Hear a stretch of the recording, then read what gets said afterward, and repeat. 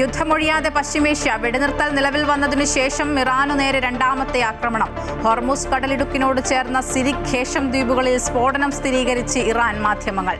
Panama പതാകയുള്ള എണ്ണക്കപ്പൽ MT കിക്കുവിനെ ഇറാൻ ആക്രമിച്ചതിനുള്ള തിരിച്ചടിയെന്ന് അമേരിക്ക.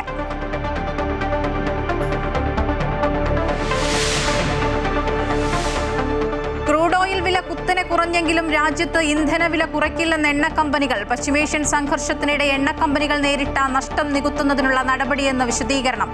ഇറാൻ-US സമാധാന കരാറിൽ അന്തിമ തീരുമാനമാകും വരെ വില കുറയില്ലെന്ന് സൂചന.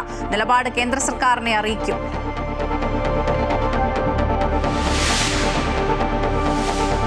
ഇടവേളയ്ക്ക് ശേഷം സംസ്ഥാനത്ത് കാലവർഷം കനക്കുന്നു. എല്ലാ ജില്ലകളിലും മഴ മുന്നറിയിപ്പ്. കോഴിക്കോട്, കണ്ണൂർ, വയനാട്, കാസർഗോഡ് ജില്ലകളിൽ ഓറഞ്ച് അലർട്ട്. ഇടിമിന്നലോട് കൂടിയ മഴയ്ക്കും ശക്തമായ കാറ്റിനും തീരമേഖലകൾ കള്ളക്കടൽ പ്രതിഭാസത്തിനും സാധ്യത.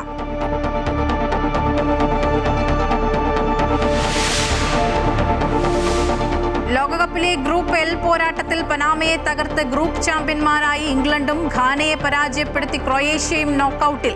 ഗ്രൂപ്പ് Kയിൽ കൊളംബിയ പോർച്ചുഗൽ മത്സരം ഗോൾ രഹിത സമനിലയിൽ. ഉസ്ബെക്കിസ്ഥാനെതിരെ കോങ്കോ 1-3 ഗോളുകൾക്ക് മുന്നിൽ. 7:30 ഗ്രൂപ്പ് Jയിൽ അർജന്റീന, ജോർദാൻ, അൾജീരിയ, ഓസ്ട്രിയ പോരാട്ടം.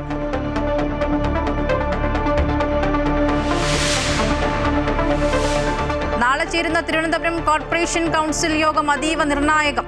UDFന്റെ അവിശ്വാസ പ്രമേയത്തെ പിന്തുണയ്ക്കുന്നതിൽ ഇനിയും നിലപാടെടുക്കാതെ CPM. കൗൺസിലർ സുഗതന് ജാമ്യത്തിൽ ഇളവ് ലഭിച്ചില്ലെങ്കിൽ ക്വാറം തികയ്ക്കാതെ അവിശ്വാസ പ്രമേയ നീക്കത്തെ നേരിടാൻ BJP.